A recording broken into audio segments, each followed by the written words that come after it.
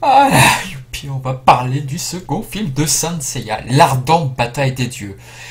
Il y a plusieurs types de fans, ceux qui n'aiment pas les films et les autres. Et parmi les autres, il y a trois groupes, ceux qui sont fans d'Asgard, d'Abel et enfin du Tenkai. Alors, je fais clairement partie de la seconde catégorie, mais là, on va parler du second film qui est un putain de chef-d'œuvre.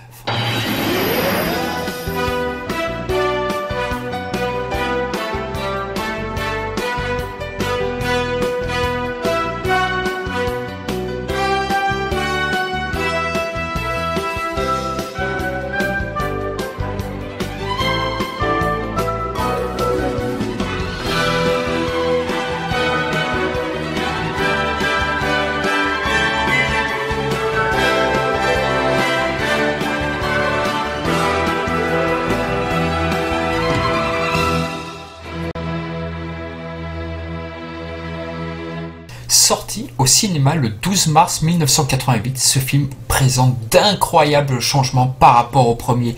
Il n'est non plus réalisé par Kozo Morishita, mais cette fois-ci par Shigehatsu Yamauchi. Ce dernier trouvait le film de Morishita traditionnel, je cite. Ah oui, il faut le savoir, mais Shigehatsu Yamauchi n'a pas sa langue dans sa poche dans les interviews.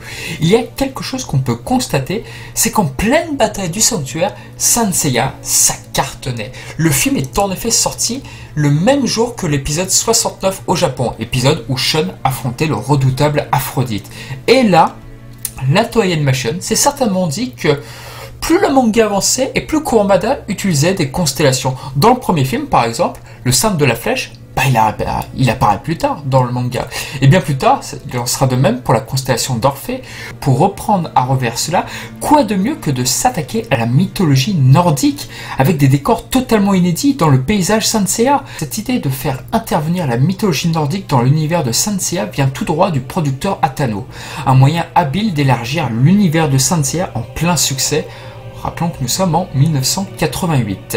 Masami Kurumada collabore sur ce projet avec la Toei Animation pour apporter une histoire inédite se passant non loin de la Sibérie, où sont reclus Yoga et Yakov. Des esquisses sont créées par la main du maître pour apporter le matériel de base. En parallèle, la Toei Animation travaille d'arrache-pied avec ces éléments pour donner sa propre version. Dans la foulée, le chapitre de Masami Kurumada sort en février 1988. Et là, cette date est très importante. Et oui, parce que contrairement à ce que beaucoup pensent, ce chapitre n'a pas nécessairement servi de base au film. Bien sûr, des éléments de base sont repris et utilisés différemment dans les deux versions. Mais attention, il est convenu de penser que le chapitre spécial de Kurumada était là pour promouvoir le film. Vous imaginez bien que le film d'Asgard n'a pas été produit en un seul mois, puisque le film est sorti en mars, tandis que le chapitre, ce qu'on appellera plus tard le Cygnus Outside Story, est sorti un mois avant. Tout ceci résulte d'une collaboration fructueuse entre le mangaka et la Toei Animation, à l'instar de quelques pages de Kurumada présentant alors le nouveau projet du Tenkei-en pour laisser place au film d'animation, avant qu'un clash n'éclate, mais ceci est une autre histoire. Bref, Masami Kurumada pond un chapitre spécial nommé le Cygnus Outside Story. Je suis désolé pour la prononciation. Dans le Cygnus Outside Story, Yoga fait la connaissance des Blue Warriors, habitants de la Blue Grade. Ces anciens saints d'Athéna avaient pour mission de garder l'âme de Poséidon afin d'éviter tout retour de l'empereur des mers. Malheureusement, la nouvelle génération a bien du mal à rester en place et trouve injuste d'être à ce point isolé du reste du monde. Alexer, le leader, souhaite renverser le sanctuaire. Et pour cela, dans sa pure folie, il tue son père, Piotr, l'actuel dirigeant de la Blue Grade. Enfin, Natassia, la sœur d'Alexer, vient en aide à Yoga prisonnier et tente de mettre fin à ses jours une fois qu'elle apprend que son père est tué par son propre frère. Le fait que le manga ait été conçu en pleine bataille du sanctuaire peut s'annoncer ambigu, d'autant qu'il est placé pile après la mort de Saga en tome relié. Mais en réalité, il se situe bien avant la montée des marches, ce qui explique pourquoi Yoga a son ancienne clause dans le manga. Kurumada concoctera quelques esquisses qui servira de base sur le staff. Ainsi, le design de Piotr ressemble un peu à celui de Dolbal, mais on lui supprime donc sa barbe. Quant à Alexer, il ressemble un peu lui aussi à Frey, mais ce n'est pas très flagrant. Natassia devient Freya dans la série sous un design très différent, probablement pour ne pas créer une petite ambiguïté. Enfin, Loki est également créé par Kurumada. Déjà, fait rare dans un film de Saint Seiya, Athéna et sa clique disposent d'alliés inédits. 教師様。 On peut déjà commencer à parler des premières minutes du film. Yoga sauve la vie d'un soldat coursé par ce qui était probablement ses anciens compagnons. Si vous êtes fan de Dragon Ball et que vous avez déjà vu des épisodes en VO, la voix de ce soldat vous sera familière car elle est interprétée par Gori Daisuke, la voix de Mister Satan dans Dragon Ball. Il nous a hélas quitté en 2010. Il s'agit de sa seule participation dans l'univers Sanseiya, malheureusement.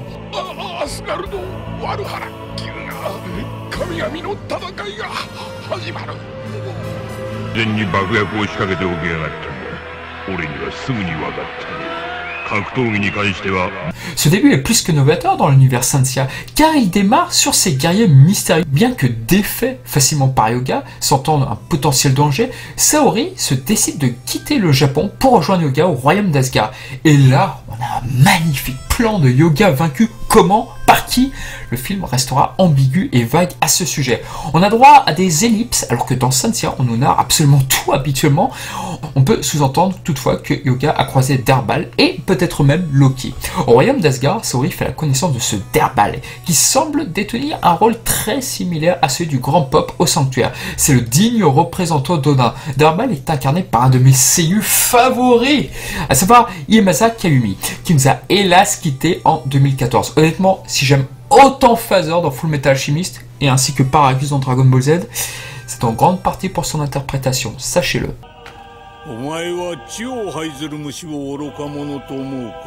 Iemasa Kayumi sait parfaitement doser son timbre pour véhiculer un sentiment de folie sur ses personnages.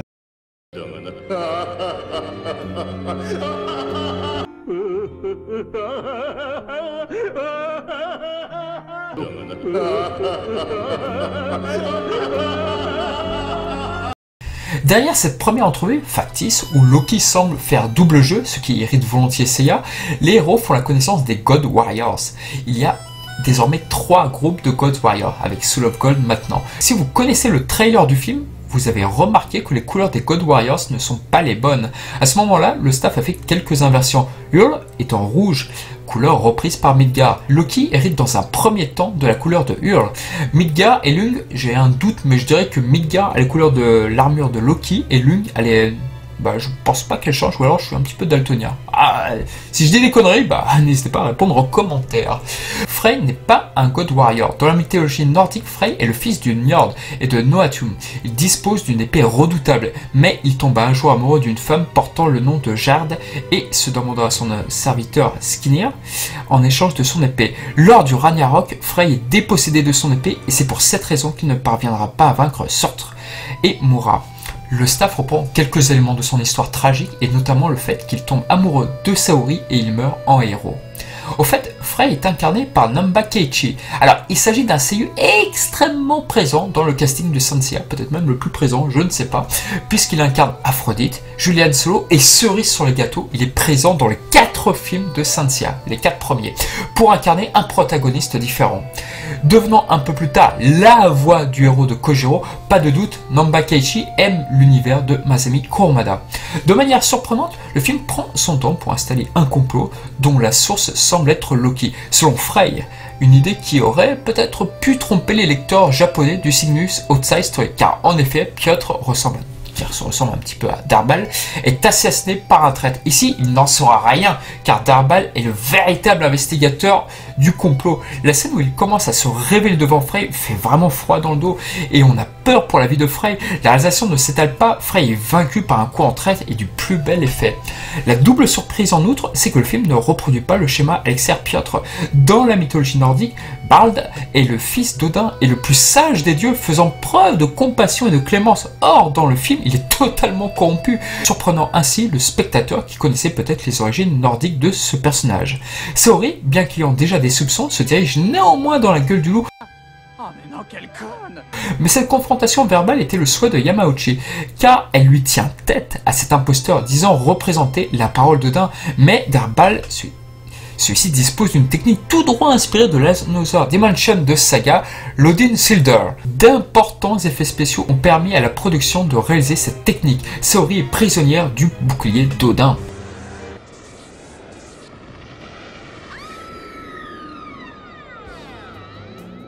Pour cela, il faut à tout prix prix que j'évoque la scène où Seiya et Shiryu recherchent Hyuga dans la nuit. Franchement, est-ce que ces plans ne vous paraissent pas magnifiques? Ce film est d'une beauté ahurissante, et sans compter que les décors sont à proprement dit réellement inédits pour du Saint-Seiya. En attendant bien sûr la série Asgard. J'ai pas l'impression que cette musique soit très populaire, mais mon dieu que je l'adore ce thème. Odin, Jaku, Naru, Shinzoku. Et bien sûr, ce Derbal, ce gargarisant de sa victoire sur Athéna via son rire quasi magique, c'est culte. La bataille commence, Sean fait face à Hurl. Ce personnage a plusieurs particularités. Déjà, la fourrure qu'il dispose, du jamais vu dans Saint-Seiya jusqu'à présent, sera repris plus tard pour Fenrir. Et il dispose d'une épée, le Unu no Ken, une épée reprise plus tard sous une forme très différente par Alberic. Quand je vois ce bref combat entre Sean et Hurl, je me dis souvent que ça aurait donné à peu près la même chose si Sean avait affronté Shura.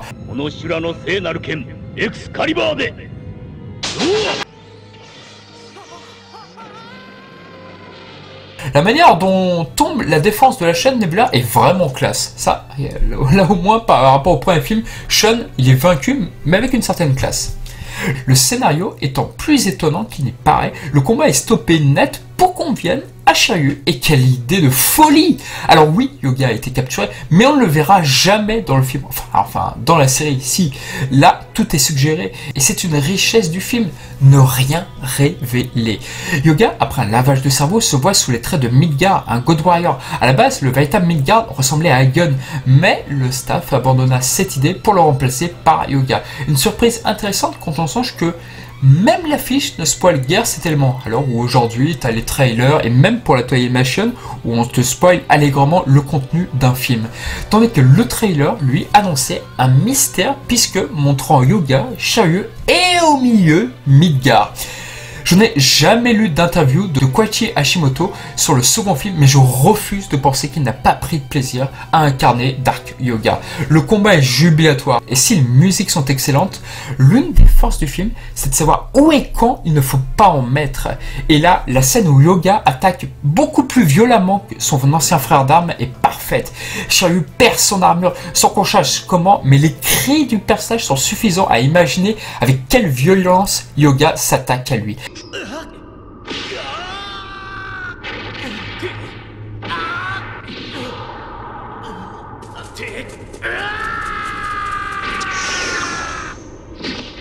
La musique finale du duel est d'ailleurs à jamais une de mes favorites. Je l'avais déjà bien remarqué à l'époque de sa diffusion dans la CTV, puisqu'elle a été employée au moment où Fenrir héritait de son triste destin. Ni plus ni moins un combat culte qui aura marqué de nombreux fans. Et ce n'est d'ailleurs peut-être pas pour rien que si la pochette du Laserdisc met davantage l'accent sur Hyuga et Shiryu, et non pas sur Darbal, Seiya ou Athéna Darbal. Le film revient doucement sur Sean, ciblé par une épée n'ayant rien à envier à Excalibur, et là, Hurl est vaincu très facilement. Si le dessin est classe et propose un moment honorifique sur Ikki, mais putain, mais quel gâchis ce Hurl, lui qui apparaissait d'ailleurs sur la couverture du film, contrairement à Loki. Ça aurait plutôt être... on aurait plutôt dû voir Loki à la place, mais bon, pour une raison mystérieuse, c'est Hurl qui apparaissait. Peut-être parce que c'est l'un des premiers qui a été créé en interne, je ne sais pas.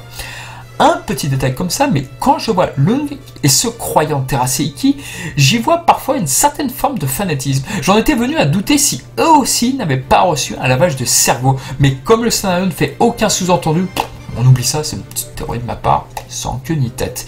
Lung et son imposante statuette servira d'inspiration au futur Thor, bien que repartant à zéro sur la psychologie. Dans la mythologie nordique, Lung est transpercé par le marteau de Thor. Et oui, chaque détail n'est pas laissé au hasard dans le film. Bien que l'entrée du phénix soit impressionnante, on ne le verra pas beaucoup. Et d'ailleurs, si Ikki brille dans les épisodes réalisés par Yamauchi dans la série, dans les films, les scénaristes sont contraints de trouver des subterfuges pour disqualifier cet oiseau de malheur.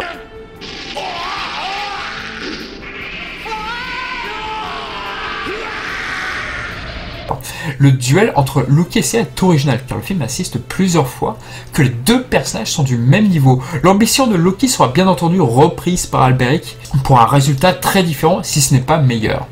Un duel très intéressant mais beaucoup trop court. Et l'utilisation du Rolling Crush est curieuse car d'habitude elle est présentée comme un saut super important et tout, qu'on voit à travers le ciel quoi. Et ici ça leur ressemble davantage à une prise de catch. Et enfin arrive le meilleur moment du film selon moi, évidemment, vous avez le droit de penser que c'est le combat entre Shiryu-Yoga, et vous auriez peut-être même raison, mais le passage que j'adore c'est celui où Derbal intervient. Nous étions en pleine période du sanctuaire, ici le boss est directement sur le terrain pour en découdre contre les bronzes, rappelant ainsi Saga, mais sous un aspect très différent quand même. La musique est entraînante de Seiji Okoyama, elle nous gratifie un grand moment assez unique dans le film d'ailleurs. Seiya perd l'intégralité de sa clause. Oui, même les gens bien y passent. Plusieurs bronzes interagissent, Shan fait ce qu'il sait de faire de mieux dans le film, à savoir protéger Seiya et son frère. Yoga revanchard le droit à un match retour, et c'est le seul bronze à atteindre Derbal d'ailleurs. Le staff n'hésite pas à lui piocher sur une technique absente du manga d'ailleurs, à savoir le tout Kiken. Désolé si je le prononce très mal. Sur Derbal, pour briser les cloches, des bronzes, le prêtre d'Asgard effectue un geste qui pourrait un peu rappeler celui de Shaka lorsqu'il brise la première fois la cloche de Phoenix dans l'épisode réalisé par Yamauchi également. Le combat est fabuleux et je n'ai jamais vu le temps passer. Derbal prend un malin plaisir à vaincre lentement Seiya. Tout ceci prend fin lorsque la cloche du Sagittaire intervient. Quand j'étais petit, lorsque j'avais vu la première fois le film, je pensais naïvement que c'est l'armure d'Odin qui interviendrait. Bah dommage car la thématique se prêtait bien, mais ça sera pour plus tard. Il faut dire aussi que l'armure d'Odin n'existait pas encore puisque le film ayant été fait, comme vous le savez, avant. Mais nous avons découvert le film après la série, d'où ma petite croyance naïve. Derbal n'est pas qu'un simple imposteur, il fait preuve de beaucoup de lâcheté puisqu'il prend Athéna en otage et vient alors l'un des meilleurs moments du film. L'épreuve de Frey, bien décidé à délivrer Athéna grâce à sa fabuleuse épée, aussi puissante que celle narrée dans la mythologie. Seul point faible de la scène, un Seiya spectateur de la colère de Derbal à l'encontre de Frey. Mais bon sang, mais tire ta flèche! Mais tire, arrête, hésite pas! Le thème de Frey se révèle héroïque et terriblement poignant. En France, on l'a découvert d'une autre façon, puisque cette musique accompagnait la mort héroïque de Siegfried face à Sorrento. Le film n'était pas avare en effets spéciaux et il le démontre prodigieusement lorsque Frey plante son épée lors de la scène ultime, juste magnifique. Ceci provoque le fameux Ragnarok permettant de libérer Athéna, sauvée de justesse par un Seiya ailé. La musique finale composée par Seiji Okoyama est probablement l'une des meilleures, l'une de celles qui restera dans les mémoires collectives. On ne peut que féliciter ce génie d'avoir créé une musique si émouvante, mettant en avant la disparition de la statue d'Odin pour offrir place à l'arbre mythique Yggdrasil. Le film conserve une petite reprise du premier film, à savoir le travelling de haut en bas en voyant les héros marcher ou plutôt rentrer chez eux.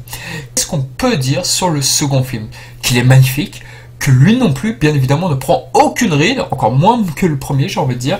Shigehatsu Yamauchi, à l'occasion de la sortie des films en Blu-ray, avait stipulé qu'il s'agissait de son film favori.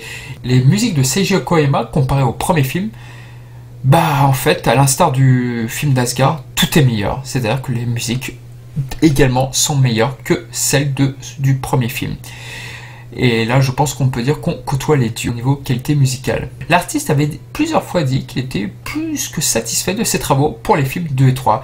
Et plus fort encore, il avait même déclaré qu'à sa mort, lors de ses funérailles, il aimerait qu'on joue la musique qui conclut le film Asgard, que j'évoquais avant. Et c'est réellement ce qui s'est passé en 2017. Waouh! C'est dire l'attachement qu'il avait pour ce morceau. Peut-être est-ce le thème qui définirait le mieux l'artiste? À vrai dire, je l'ignore, mais c'est l'une de ses plus grandes réussites.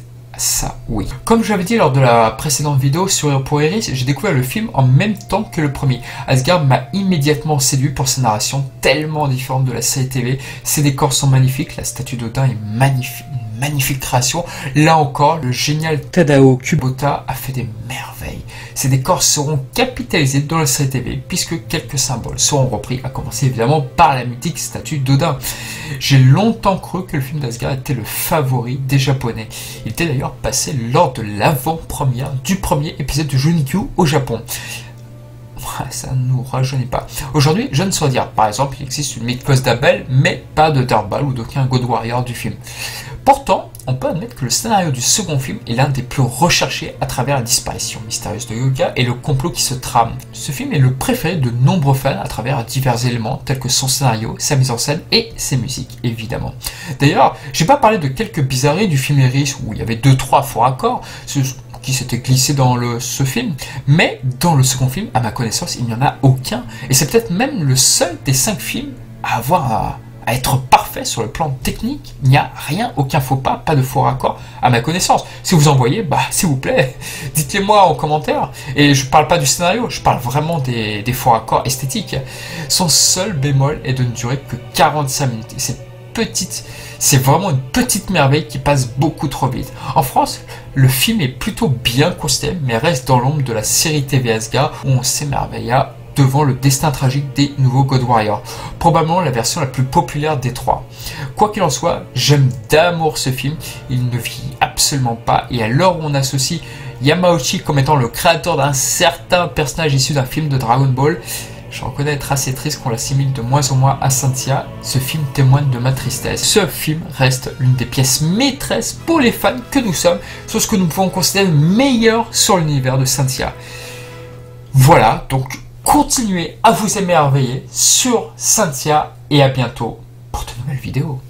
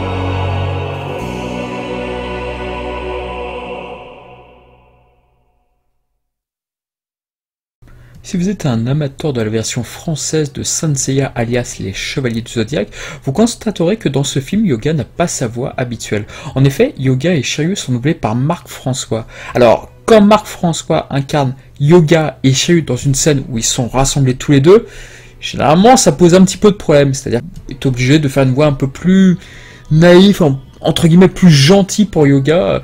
Cette fois-ci, nous allons unir nos cosmos pour le vaincre. Même si on ne peut pas le tuer, on pourra au moins le paralyser. Dans les rares scènes où justement ils sont tous les deux. Ce qui pose toujours problème maintenant quand on fait attention à cela.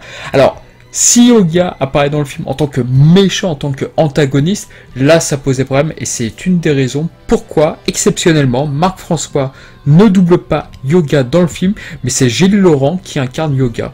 Entre guillemets, je trouve que la voix de Gilles Laurent va plutôt bien, Yoga, pour ma part. Et voilà, à présent tu ne risques plus de te servir de ton bras droit avant longtemps.